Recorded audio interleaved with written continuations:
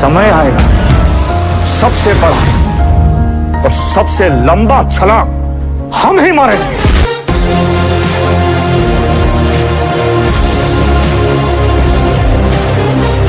So hello and welcome guys, एक नई video में आपका स्वागत है। पार्ट 1 की अपार सफलता के बाद आपके लिए यूनिट 2 लेके आ गए हैं। जैसा प्यार आपने पार्ट 1 पे दिखाया, उम्मीद करता हूँ वैसा आप पार्ट 2 पे भी दिखाओगे। तो चलिए स्टार्ट करते हैं। यूनिट 2 क्या है? Union executive and state executive, power and functions of Rajya Sabha. बहुत इंपॉर्टेंट है। देखो क्या होता है कि राज्यसभा और लोकसभा एक ही इंसान के दो बच्चे हैं, ठीक है। You can say like parliament हमारा एक इंसान है, ठीक है, पार्लियामेंट, और उसके दो बच्चे कौन है? लोकसभा और एक राज्यसभा। ओके, अब दरअसल देखा जाए तो इसमें क्या है ना कि लोकसभा और राज्यसभा जुड़े हुए बच्चे हैं। मतलब एक थोड़ा पहले आया है जो कि है राज्यसभा, और एक थोड़ा कुछ सेकंड लेट है तो है लोकसभा। चलिए अब इसको समझाते हैं कैसे। देखो हमारा जो राज्यसभा है, हम लोग इसमें बात कर रहे हैं राज्यसभा की, ठीक है, दूसरे बच्चे की बात कर रहे हैं, ये थोड़ा सुपीरियर होता है तो अपर हाउस ऑफ पार्लियामेंट कहते हैं। आप इसको ऐसे भी समझ सकते हैं कि एक बिल्डिंग है और बिल्डिंग में जो ऊपर वाला फ्लोर है वो राज्यसभा है और नीचे वाला जो फ्लोर है वो लोकसभा है, ठीक है। टोटल मेंबर्स कितने होते हैं? टोटल मेंबर्स होते हैं 250, जिसमें से 238 आते हैं स्टेट एंड यूनियन टेरिटरीज से, और 12 जो होते हैं वो नॉमिनेट किए जाते हैं by president having special knowledge and practical experience. अब देखो स्पेशल नॉलेज की बात हो गई तो आर्ट्स में, लिटरेचर में, म्यूजिक में, है ना, तो इन 2-3 पॉइंट्स लिए जाते हैं।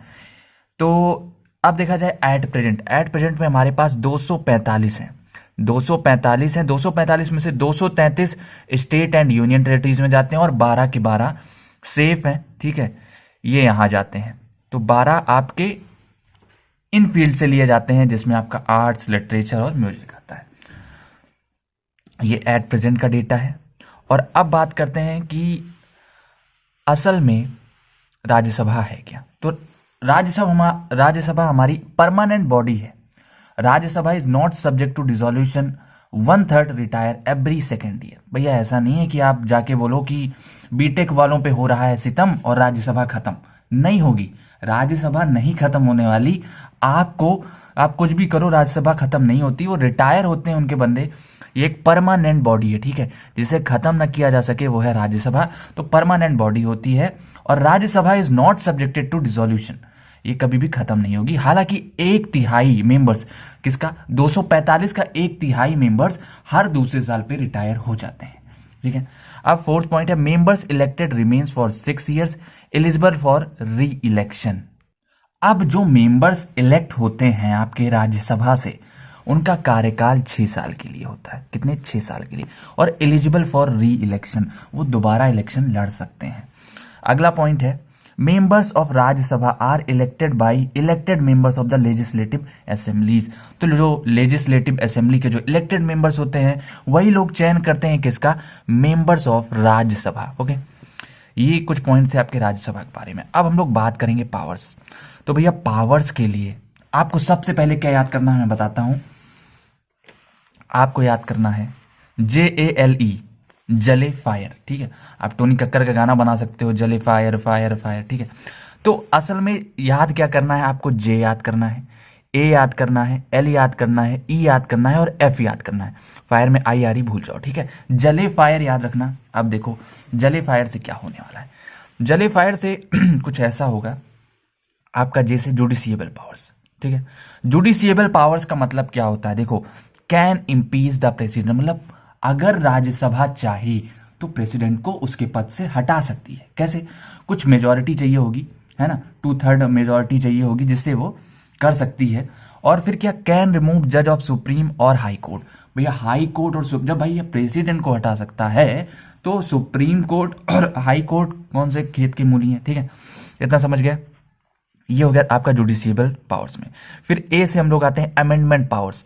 अमेंडमेंट पावर्स का मतलब सीधा मतलब है कॉन्स्टिट्यूशन से कि अगर कॉन्स्टिट्यूशन में कोई भी चीज पसंद नहीं आ रही है पब्लिक को या राज्यसभा के मेंबर्स को, तो वो चेंजेस ला सकते हैं। कब?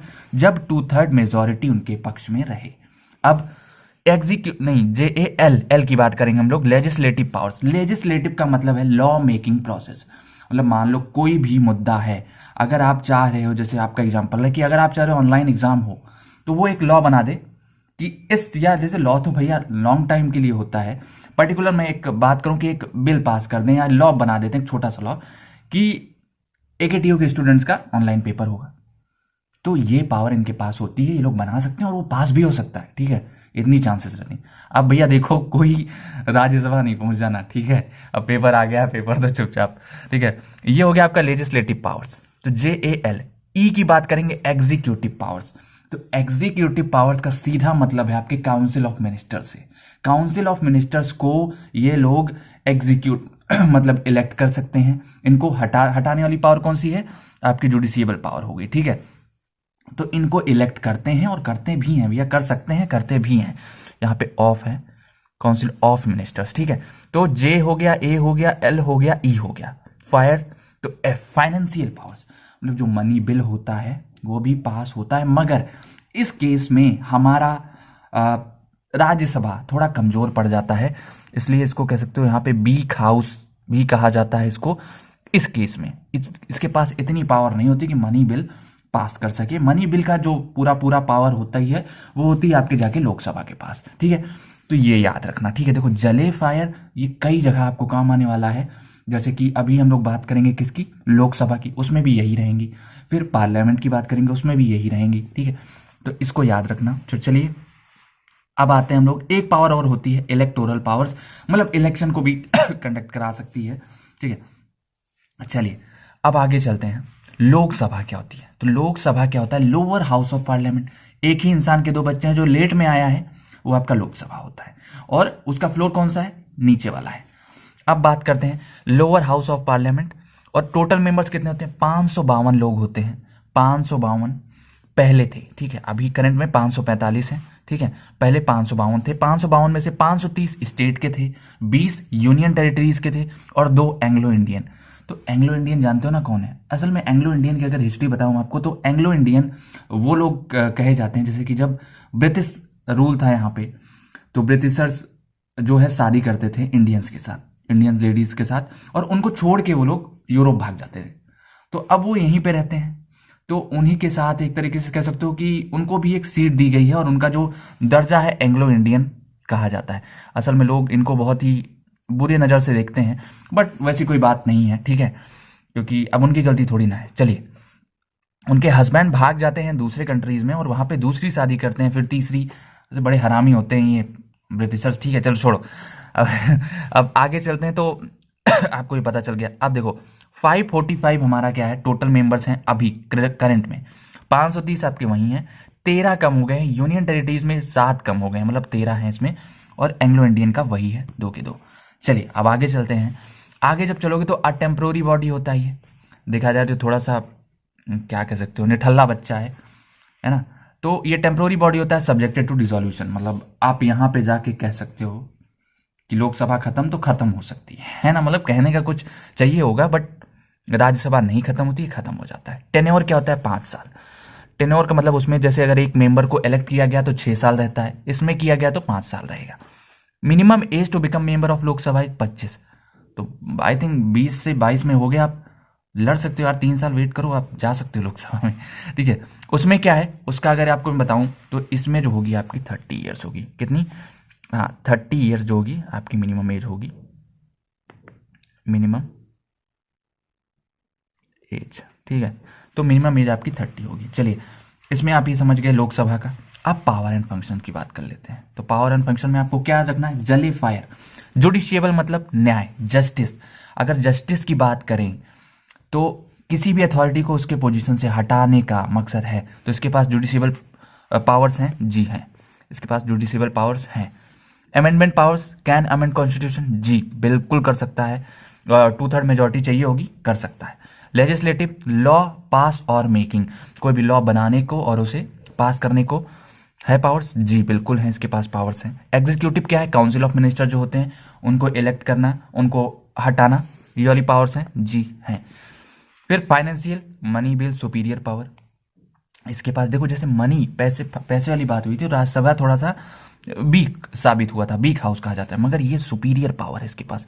ये मेन जो काम होता है, लोकसभा से बिल अगर पास हो गया मनी बिल तो रोक पाना मुश्किल है उसे, ठीक है। और फाइनेंशियल क्या हो गया? मनी बिल पास होना, ठीक है। और एक इसका फंक्शन है डिक्लेरेशन ऑफ इमरजेंसी, तो जब इमरजेंसी लगानी होती है तो लोकसभा का यूज करते हैं, ठीक है। तो ये भी पावर है इसके पास। तो एक पावर उसमें कम थी बाकी। और याद करने का तरीका क्या है? जले फायर, ठीक है। चलिए आगे चलते हैं। सर्दियां हैं और सर्दियों में जलाओ फायर। तो अब बात करेंगे हम लोग Indian president versus US president. भैया उससे पहले एक जनरल क्वेश्चन, इंडियन प्रेसिडेंट कौन है? रामनाथ कोविंद, ओके। और यूएस प्रेसिडेंट कौन है? Donald Trump? नहीं, जो बिडेन, ठीक है। चलिए अब बात करते हैं कि क्या होता है इंडियन प्रेसिडेंट और क्या होता है यूएस प्रेसिडेंट, कैसे बन सकते हैं। तो इंडियन प्रेसिडेंट बनने के लिए आपकी उम्र मायने रखती है। तो पहला पॉइंट है elected by elected members of the parliament. एक प्रेसिडेंट को, इंडियन प्रेसिडेंट को इलेक्ट किया जाता है by elected members of parliament, elected members of the parliament, और कोई नहीं कर सकता। मगर यूएस प्रेसिडेंट को देखा जाए तो elected by the people of America. Direct भैया उनका कांटेक्ट होता है लोगों के दिल से। जैसे हमारे यहाँ मन की बात रखते हैं नरेंद्र मोदी जी, वैसे वहां पे वो लोग दिल की बात रखते हैं। मतलब लोग जाते हैं और डोनाल्ड ट्रंप, जो बिडेन को वोट दे के आते हैं। वैसे वहाँ एक ही दो ही पार्टी होती है आई थिंक। फिर इंडियन कॉन्स्टिट्यूशन, देखो अब इसमें क्या होता है, इंडियन कॉन्स्टिट्यूशन जो है वो पावर्स किसको देती है? काउंसिल ऑफ मिनिस्टर्स को, ताकि वो सिलेक्ट करे हमारे इंडियन प्रेसिडेंट को, ठीक है। मगर अमेरिकन कॉन्स्टिट्यूशन में क्या है? पावर्स होती है, सारी पावर्स प्रेसिडेंट को होती हैं, सारी पावर्स डायरेक्ट प्रेसिडेंट को होती हैं। इंडियन कॉन्स्टिट्यूशन के पास जो पावर्स होती हैं वो काउंसिल ऑफ मिनिस्टर्स के पास रहती हैं। अब third point, Indian president appoints minister, ठीक है। अपॉइंट मिनिस्टर कब? जब पीएम, पहले इंडियन प्रेसिडेंट पीएम से पूछेगा। रामनाथ कोविंद जी फोन करेंगे नरेंद्र मोदी को कि भैया इनको रख दें, तो पीएम कहेंगे हाँ रख दो, ठीक है, लड़का अपना बढ़िया है, तो वो रख सकते हैं, ठीक है। तो उन्होंने अपॉइंट किया मिनिस्टर इनके कहने पे, एडवाइस पे। और जो मिनिस्टर होंगे वो रेस्पॉन्सिबल किसके होंगे? पार्लियामेंट को। अब भैया देखो, अपॉइंट तो रामनाथ कोविंद ने किया, मगर अगर वो कोई भी गलती करते हैं, कोई भी नुकसान करते हैं, तो वो रामनाथ कोविंद की या नरेंद्र मोदी की जिम्मेदारी नहीं होगी, वो जिम्मेदारी होगी पार्लियामेंट की, ठीक है। अब अमेरिका में क्या है? अमेरिका में इसका उल्टा है कि ये अपॉइंट करता है मिनिस्टर, किसी से भी नहीं पूछता, वहां पे कोई है भी नहीं, ना लोगों से पूछा, किसी पूछा कि नहीं, अपनी मर्जी चलाएगा कि हाँ भैया हम रखेंगे, रखा तो वो बन जाते हैं इसके नॉमिनीज और रेस्पॉन्सिबल टू हिम अलोन। मतलब अगर उन्होंने जरा सी भी गलती की तो उसका जिम्मेदार खुद प्रेसिडेंट होता है। अब बात करते हैं टेन्योर। तो टेन्योर होता है 5 साल हमारे इंडियन प्रेसिडेंट का, 5 साल तक वो बने रहते हैं अपनी कुर्सी पे। और वहां के टेन्योर की बात करें तो 4 साल ही रह सकते हैं, 4 साल। अब री इलेक्शन की बात करें तो हमारे यहाँ भैया इन्फिनिटी टाइम्स आप प्रेसिडेंट बन सकते हो, मगर जिंदा रहोगे तब ना। चलिए री इलेक्शन की बात करें वहां पे सिर्फ एक बार, ठीक है। अब चलिए प्राइम मिनिस्टर की बात करते हैं। तो प्राइम मिनिस्टर कौन है? हमारे माननीय नरेंद्र दामोदर दास मोदी जी, ठीक है। अब head of the government and country, देखो असल में अगर आप देखोगे कहोगे कि प्रेसिडेंट को आपने अभी बताया और फिर प्राइम मिनिस्टर को बता रहे हो, नहीं, प्रेसिडेंट और प्राइम मिनिस्टर ना 19-20 का फर्क है, दैट्स इट, और कुछ नहीं, दोनों बराबर ही चलते हैं। Head of the government and country appointed by president. देखो असल में तुम देखोगे कि प्राइम मिनिस्टर को अपॉइंट कर रहा प्रेसिडेंट, बट कहीं ना कहीं वो एडवाइस लिया अभी किससे? प्राइम मिनिस्टर से। तो मतलब आपस में बहुत ही प्यारा रिश्ता है इन दोनों के बीच में। तो appointed by president after the political party wins a general election and nominates a candidate for the past.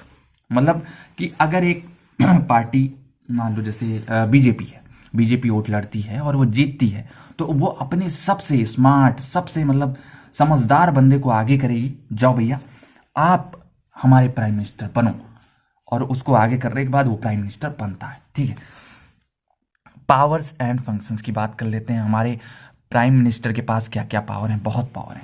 अब देखा जाए, पहली चीज द लीडर ऑफ कंट्री होता है हमारा प्राइम मिनिस्टर, ठीक है। पोर्टफोलियो एलोकेशन, मतलब जितने भी कागजात हैं, है ना, उनको भी वो इधर उधर कर सकता है। भाई किसी को कोई भी जॉब दे सकता है, उसके पास इतनी ताकत होती है। Portfolio allocation. Official representative of the country, official representative, ये बताना पड़ेगा आपको बता दें कि नरेंद्र मोदी जी कितने देश घूमे हैं, है ना। और आप ये भी जान लो, ये जान के आपको खुशी होगी कि नरेंद्र मोदी जी सेकंड नंबर पे मोस्ट इन्फ्लुएंसेबल इन्फ्लुएंसेबल पर्सनैलिटी है। नंबर 1 पे टेलर स्विफ्ट थी, ठीक है। तो मतलब ये जिनसे लोग इंस्पायर हुए हैं पूरी दुनिया में, इंडिया में ही नहीं पूरी दुनिया में। तो ऐसे हमारे प्राइम मिनिस्टर, इस बात का गर्व होना चाहिए हमें।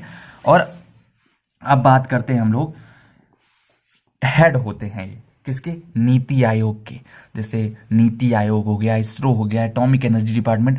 अक्सर आप लोग देखते हो कि जैसे ये सब मैटर रहते हैं वहां पे प्राइम मिनिस्टर जी पहले पहुंचे रहते हैं, क्योंकि भैया हेड हैं, ये नहीं पहुंचेंगे तो कौन पहुंचेगा। चीफ एडवाइजर होते हैं फॉर प्रेसिडेंट। तो मतलब बताया ना 19-20। आप देखो प्रेसिडेंट इनसे पूछ रहा है भैया हम मिनिस्टर अपॉइंट कर दें या नहीं, और ये पूछ रहे हैं प्रेसिडेंट। तो मतलब भाई भाई हैं दोनों, ऐसा मत समझना कोई बड़ा है कोई छोटा है, 19-20 का फर्क है। अब बात करते हैं 5वां पॉइंट, वो हमारा प्राइम मिनिस्टर का फंक्शन एंड पावर खत्म हो गया। अपॉइंटमेंट ऑफ जजेस इन इंडियन जुडिशियरी। तो जुडिशियरी मतलब न्याय, जस्टिस, ठीक है। तो जज क्या करता है, न्याय ही करता है ना, मतलब ऑर्डर करके। तो वही चीज है अपॉइंटमेंट, ये हमारा क्वेश्चन है, ठीक है। अपॉइंटमेंट ऑफ जजेस इन इंडियन जुडिशियरी। तो जुडिशियरी का मतलब न्याय है, जस्टिस है। Are the main aspect of judiciary, मतलब कौन, जजेस जो होते हैं are the main aspect of judiciary. अगर जज नहीं होंगे तो न्याय कैसे होगा, कोई और करेगा, मगर जज होना बहुत जरूरी है, मेन एस्पेक्ट है।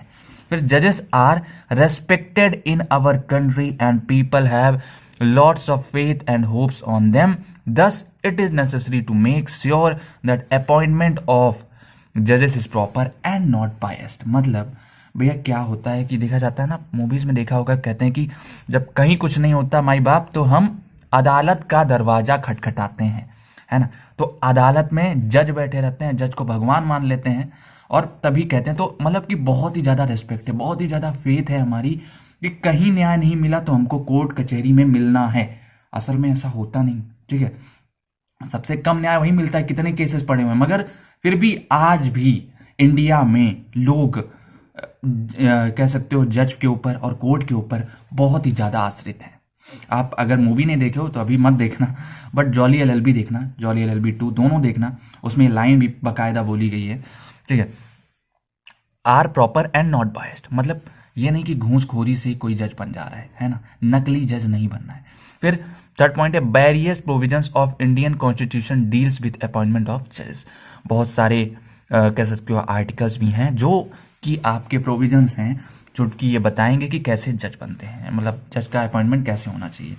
अब देखिए मैं आपसे 3 चीज़ों के बारे में बात करूंगा, district court, high court, supreme court. देखो डिस्ट्रिक्ट कोर्ट डिस्ट्रिक्ट कोर्ट आपके डिस्ट्रिक्ट में होगा, जैसे आपका कोई भी एक डिस्ट्रिक्ट होगा, आप जानते हो आपका डिस्ट्रिक्ट क्या है, वहां पे एक कोर्ट होगा। तो उस कोर्ट में, अच्छा उस कोर्ट को बनाने का कैसे आदेश मिला, मतलब आर्टिकल 233 में उसका उल्लेख है कि 233 according to article 233 there is a provision of district court, ठीक है। एक डिस्ट्रिक्ट कोर्ट होना चाहिए। अब उसमें क्या है, जैसे एक जो कोर्ट जो जज बैठेगा वहां पे उसकी योग्यताएं क्या होंगी, तो वो एडवोकेट होना चाहिए 7 साल से ज्यादा किसी एक कोर्ट में, ठीक है। एडवोकेट होना उसका जरूरी है। Not work in other union और स्टेट सर्विसेज, किसी भी स्टेट और यूनियन सर्विसेज में उसका कोई भी लेना देना नहीं होना चाहिए, वो काम नहीं कर सकता, ठीक है। और फिर थर्ड पॉइंट है recommended by high court, high court को भी उसे रिकमेंड करना पड़ेगा तभी वो आपका जज बनेगा, ठीक है। अब बात करते हैं प्रोसीजर की। तो प्रोसीजर क्या है, appointment is done after consulting governor of state and जजेस ऑफ हाई कोर्ट। पहले गवर्नर ऑफ स्टेट को फोन मिलाया जाता है और फिर वहीं पे ऐड का बटन पे क्लिक करके जजेस ऑफ हाई कोर्ट को फोन मिलाया जाता है और दोनों को कॉन्फ्रेंस पे लेके बात होती है। असल में ये रियल में होता है, मैं आपको एग्जांपल दे रहा हूँ, ठीक है। असल में आमने सामने बैठ के होता है, फोन पे नहीं होता है, नहीं तो डिसाइड हो जाए। बात होती है कि भैया बंदा अच्छा है, कहेंगे हाँ ठीक ठाक है, अभी तो क्रिमिनल रिकॉर्ड भी नहीं है, सब कुछ नहीं है, तो अपॉइंट कर दो। ठीक है। अब article 235 of Indian constitution provides powers to high court to have control over the person in judicial service, ठीक है। तो ये चीज आप देख लेना, 235 के अकॉर्डिंग पावर रहती है हाई कोर्ट के पास, ताकि वो किसी भी आदमी को ले सकता है जुडिशियल सर्विस में, एक तरीके से जज अपॉइंट कर सकता है। अब हाई कोर्ट की बात करेंगे हम लोग, तो हाई कोर्ट कब होना चाहिए? According to article 217 there is a provision of high court. पहला क्या है? जुडिशियल ऑफिस, भैया उसको ना जुडिशियल ऑफिस में 10 साल का एक्सपीरियंस होना चाहिए। दूसरा क्या है? एडवोकेट का 10 साल का एक्सपीरियंस होना चाहिए, इसमें 7 था उसमें 10 है। Must be citizen of India, भैया ये इसमें भी ऐड कर सकते हो आप, ठीक है, must be a citizen of India. फिर देखो, only by the warrant of president and his seal. देखो भैया ये जो बनेगा ना, तो उसमें किसी गवर्नर ऑनर को फोन नहीं मिलाया जाएगा, बस डायरेक्ट प्रेसिडेंट आएंगे और वो कहेंगे ठीक है तुम नॉमिनेटेड हो, चलो तुम हाई कोर्ट, ठीक है। अब सेकंड क्या है? कंसल्टिंग, नहीं sorry, only by warrant of president and his seal consulting chief justice of India and governor of state. मतलब 2 लोगों से बात की जाती है भैया, इनसे भी ऊपर रहते हैं कौन कौन? चीफ जस्टिस ऑफ इंडिया और गवर्नर ऑफ स्टेट, ठीक। तो उनको वहां से उनके बारे में बात की जाती है और फिर लेके जाया जाता है उनको हाई कोर्ट में। ओके, अब थर्ड पॉइंट है द अपॉइंटमेंट ऑफ जजेस other than chief justice can be done consulting chief justice of high court. कई बार क्या होता है ना कि इनका ये जो जज होते हैं, इनको अपॉइंट करने के लिए direct chief justice of high court भी आगे आ सकता है, वो भी चाहे तो इनको अपॉइंट कर सकता है, ठीक है। अब बात करते हैं सुप्रीम कोर्ट की। सुप्रीम मतलब सबसे हायर लेवल, जब कहीं कुछ ना हो तो सुप्रीम कोर्ट जाओ, जाना नहीं भाई कोई, ठीक है। अब according to article 124 there is a provision of supreme court, okay. अब इसकी योग्यताएं क्या होनी चाहिए? तो पहला, must be a citizen of India, तीनों में है, ठीक, common, must be citizen of India, must be citizen of India, must be citizen of India. Age not above 65, 65 साल के नीचे ही रहोगे तभी बन पाओगे, नहीं तो नहीं। जज इन हाई कोर्ट फॉर 5 ईयर्स, 5 साल के लिए आपको जज बनना होगा। अभी सोचो कि ये वाला यहां आ जाए, नहीं, इसको पहले हाई कोर्ट में जाना है, 5 साल वहां एक्सपीरियंस लेना है, उसके बाद ही यहां आएगा, समझे। अब आगे चलें तो 124 आर्टिकल, अकॉर्डिंग टू 124 आर्टिकल, इसका जो है मतलब ये कहा जाता है कि ये अपॉइंटमेंट किया जाएगा। और कोलिगियम सिस्टम का मतलब है अपॉइंटमेंट एंड ट्रांसफर ऑफ जजेस by chief justice and 4 most senior जजेस।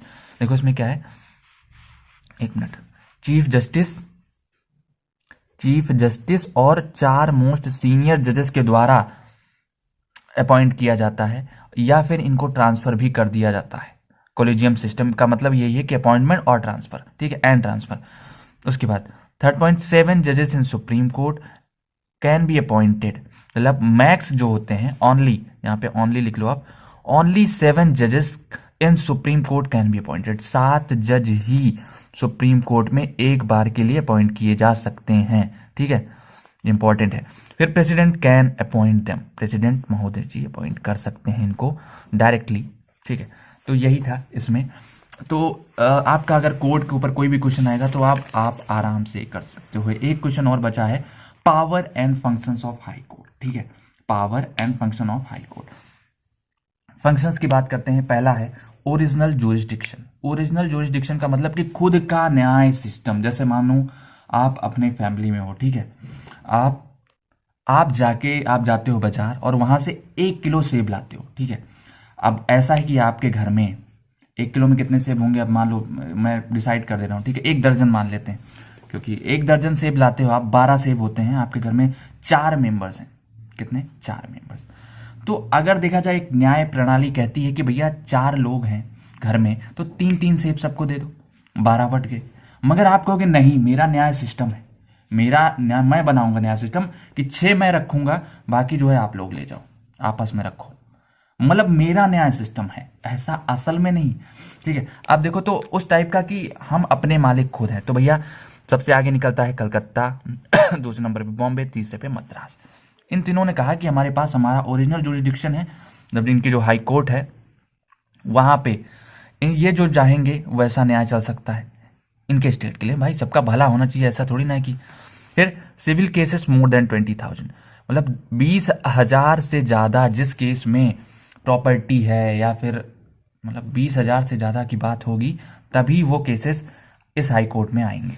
फिर issue writs to enforce fundamental rights, मतलब कि ये लोग पिटीशन फाइल कर सकते हैं कि ये फंडामेंटल राइट आना चाहिए, है ना, तो इनके पास ये भी पावर होती है। Election petitions can be head, मतलब यहाँ पे आप इलेक्शन की मांग लेके भी आ सकते हो कि ये प्रॉब्लम है, ठीक है।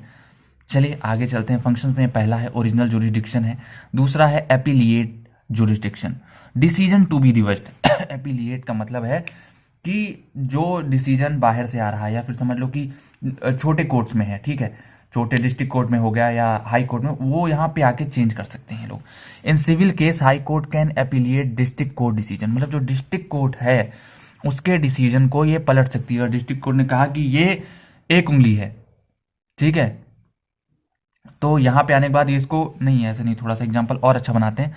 जैसे मान लो ये क्या नाम है आपका, डिस्ट्रिक्ट कोर्ट कहता है कि ये 2 उंगली है, ठीक है। अब वो गया कोर्ट कहाँ, हाई कोर्ट में, हाई कोर्ट ने कहा ये 1 उंगली है, तो पलट सकती है डिसीजन और माना जाएगा इसका, ये भी नहीं कि नहीं मान सकते। फिर can extend the case time, अगर कोई केस लड़ रहे हो जिसमें आपको लगता है कि सबूत अभी आ सकते हैं, तो उस कोर्ट ने केस को जो है क्या करना है, उसका टाइम जो है एक्सटेंड कर सकती है। अब बात करते हैं constitutional cases involve substantial questions of law, जैसे कि अगर कॉन्स्टिट्यूशन से कुछ लेना देना है तो वहां पे ये प्रश्न उठा सकती है, मतलब कौन, आपकी एपीलिएट जुरिडिक्शन कोर्ट जो है प्रश्न उठा सकता है कि ऐसा क्यों हो रहा है, ठीक है। अब हम बात करते हैं पावर्स की, तो पावर्स क्या है, as a court of record, court of records like supreme court, मतलब कि जैसे सुप्रीम कोर्ट क्या करता है, सारे सबूत रखे रहता है, ठीक है, तो ये भी रख सकता है, सुप्रीम कोर्ट ही नहीं बल्कि ये भी रख सकता है। Records of high court used by subordinate courts, भैया इनके नीचे जितने भी कोर्ट्स होंगे हाई कोर्ट के नीचे, अगर जैसे इसने रिकॉर्ड रखा है कि ये चीज इस तारीख को हुई है, तो इसका रिकॉर्ड जो है सबऑर्डिनेट कोर्ट मान सकते हैं, ठीक है, मान सकते नहीं, used by subordinate courts. Power to punish all cases of contempt, मतलब सारे जितने भी मतलब डिस्ट्रिक्ट कोर्ट के हैं, सबऑर्डिनेट कोर्ट्स के हैं, उनके मुजरिमों को ये लोग क्या कर सकते हैं, पनिश कर सकते हैं, सजा दे सकते हैं। अब एडमिनिस्ट्रेटिव पावर्स की बात करें तो मतलब किसी को अपॉइंट करना है ना, तो controls and guides all subordinate courts, मतलब सारे सबऑर्डिनेट कोर्ट्स को ये आज्ञा देता है कि तुम ये करो वो करो, निर्देश देता है, ठीक है।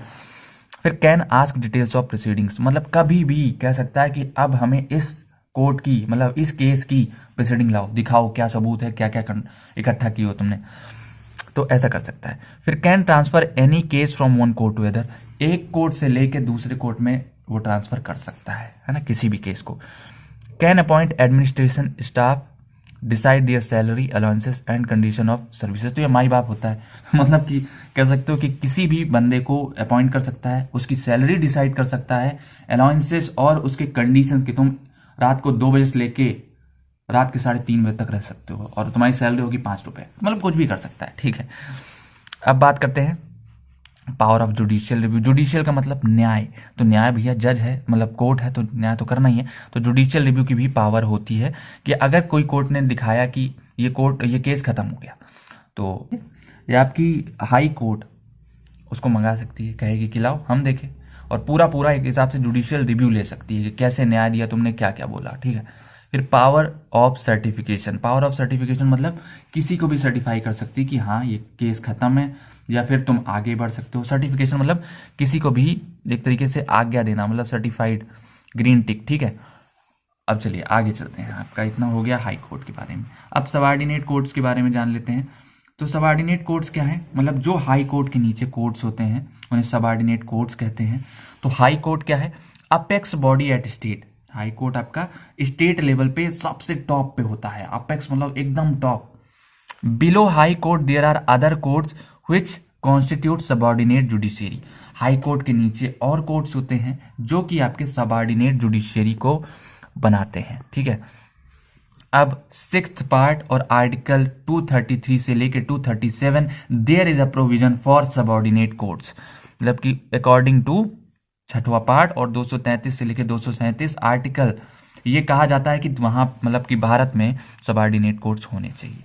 अब सबऑर्डिनेट कोर्ट्स में क्या क्या हो सकता है, सिविल हो सकता है, क्रिमिनल हो सकता है। सिविल केसेस भी लड़े जाते हैं और आपके क्रिमिनल केसेस भी लड़े जाते हैं। सिविल में क्या हो गया, प्रॉपर्टी, सक्सेशन, ओनरशिप, ठीक है। और क्रिमिनल में murder, robbery, cheating, assault and rape, समझे। अब आगे चलते हैं, ये आपके सबऑर्डिनेट कोर्ट्स के बारे में काफ़ी है, इतना लिखोगे मार्क्स पूरे मिलेंगे। अब बात करेंगे हम लोग PIL, पब्लिक इंटरेस्ट लिटिगेशन। अच्छा, अगर देखा जाए, मैं आपको एक एग्जांपल देता हूँ कि सपोज करो आप एक एरिया में रहते हो, उस लोकेलिटी में आपका पड़ोसी है, वो मतलब अजीब टाइप का है, मतलब इतनी गाली गलौज करता है, हर टाइम लड़ाई, मतलब उसकी सुबह ही होती है गाली से, और शाम को जो नींद आती है उसे लोरी नहीं बल्कि वो गाली सुन के सोता है। मतलब गाली गलौज होती रहती है उस फैमिली में। तो आप बहुत परेशान हो, आप सोचो कि यार क्या करूं यार, मतलब मैं सुबह उठता हूं मेरा दिन खराब चला जाता है इनकी वजह से। तो आप एक PIL फाइल कर सकते हो। जी नहीं, दरअसल आप अकेले हो इसलिए नहीं। अब अगर मान लो अगर आप अकेले ना होते, सपोज करो कि आपका जो मतलब आपके घर के सामने है, उसके आपके घर के बगल वाला, राइट साइड वाला, लेफ्ट साइड वाला, और उनके घर के राइट लेफ्ट सब लोग परेशान हैं, तो आप मिल के एक PIL फाइल कर सकते हो। या फिर एक और एग्जांपल लो कि आपके पड़ोसी का घर बन रहा है, ठीक है, तो काम कब शुरू करता है, रात के 12 बजे के बाद, ठीक है, जब आप सोने के लिए जाते हो वो 12 से लेकर 6 बजे तक काम करता है।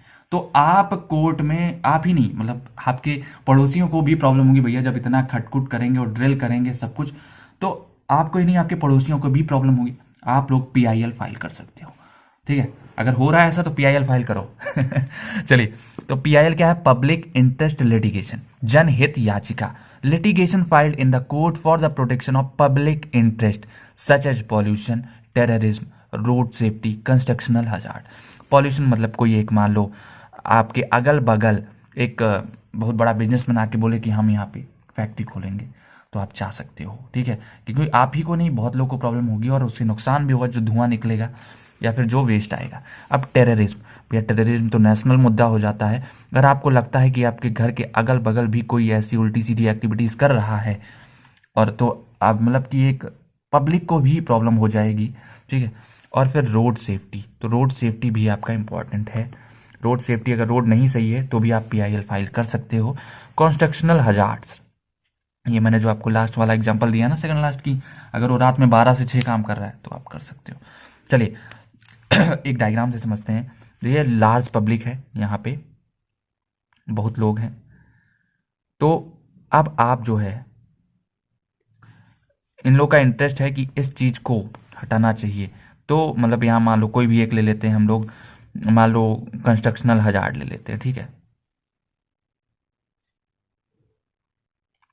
तो अब कई लोग हैं कह रहे हैं कि भैया ये बंद होना चाहिए, इन लोग का इंटरेस्ट है, तो ये लोग डायरेक्ट कहाँ जा सकते हैं, कोर्ट ऑफ लॉ में। तो वहाँ बोलेंगे कि ये चीज़ बंद करिए सर, हमको बहुत दिक्कत हो रही है, आप आइए। तो वो आएंगे वहाँ से और उनको समझाएंगे, समझ में आता है तो ठीक है, नहीं तो फिर उनको अंदर कर देंगे, ठीक है।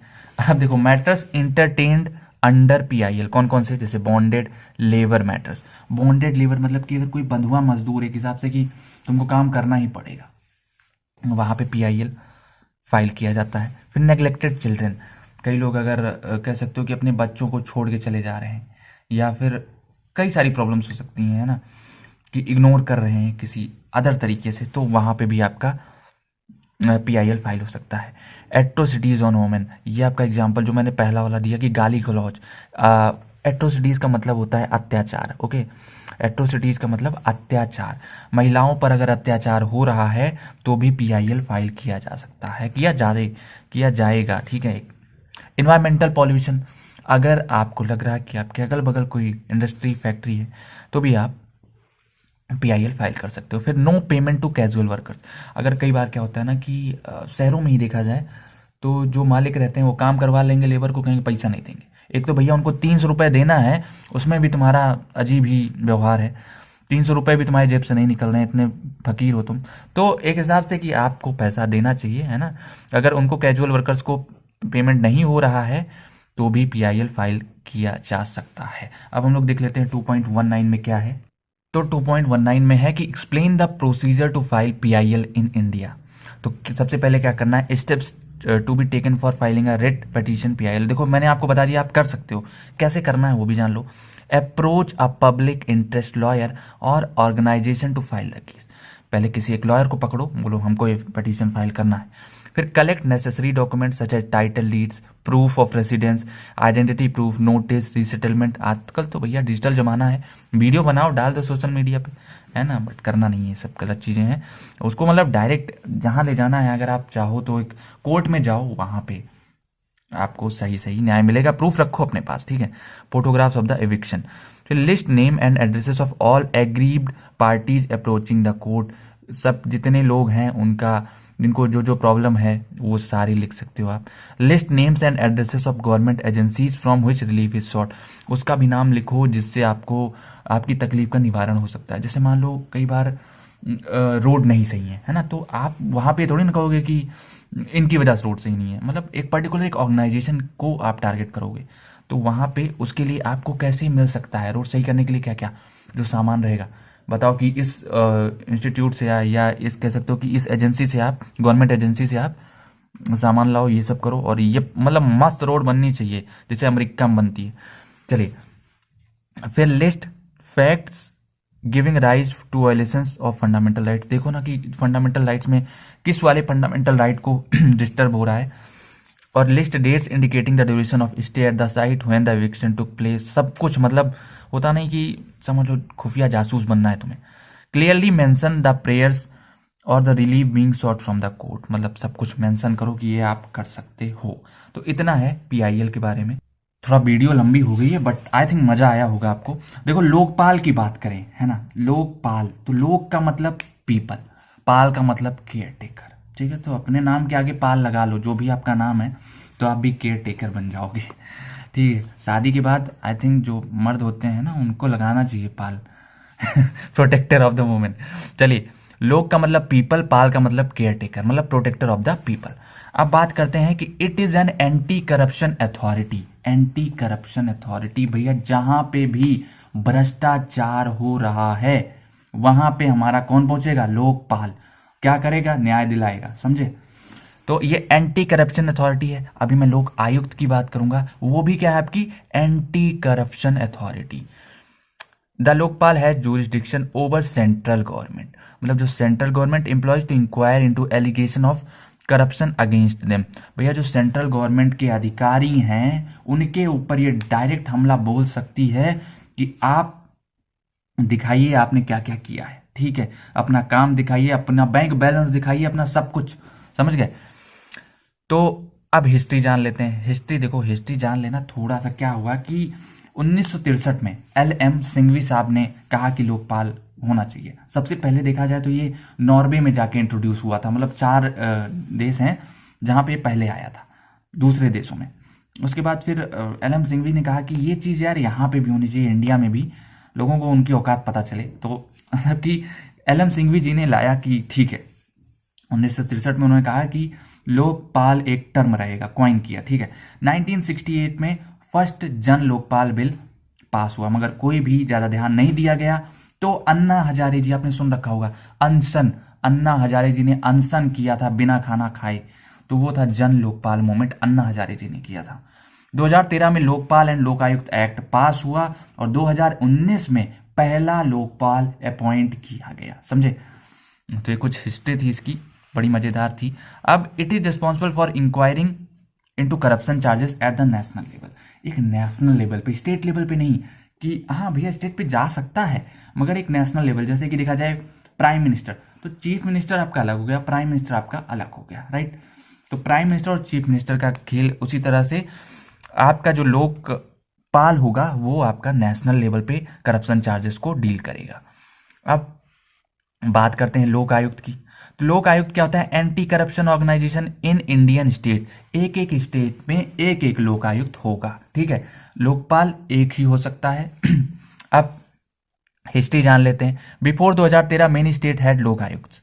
पहले 2013 के बहुत पहले, मतलब लोकायुक्त पहले आया था, ऐसा नहीं है। देखो, लोकपाल के लिए थी लड़ाई, मगर लोकायुक्त आ चुका था। जैसे कि कई में सबसे पहला स्टेट था महाराष्ट्र, जिसमें 1971 में आपका लोकायुक्त आ चुका था। और आज मतलब 2013 तक, टिल 2013, आज तो सारे स्टेट्स में है, 21 स्टेट में और 1 यूनियन टेरिटरीज में लोकायुक्त आ गए थे, ठीक है, achieved Lokayukta.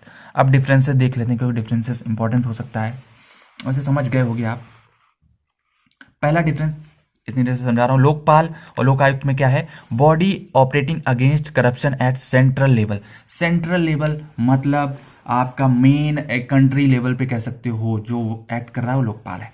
Body operating against corruption at state level, state level पे जो एक्ट कर रहा है वो आपका लोकायुक्त है। Maximum 8 members with 1 chairperson, Lokpal में 8 लोगों की रिक्वायरमेंट है और 1 चेयरपर्सन, ठीक है, जिसमें max of 3 members with 1 chairperson, 3 members और 1 चेयरपर्सन। फिर appointed by president of India, appointed by governor of the state. तो ये कुछ मेन डिफरेंस थे, 3 पॉइंट थे, इतना लिखोगे हो जाएगा काम। बाकी जो अगर हिस्ट्री वगैरह बताया हो वो भी लिख सकते हो, डिफरेंसेस में आ जाएगा, ठीक है।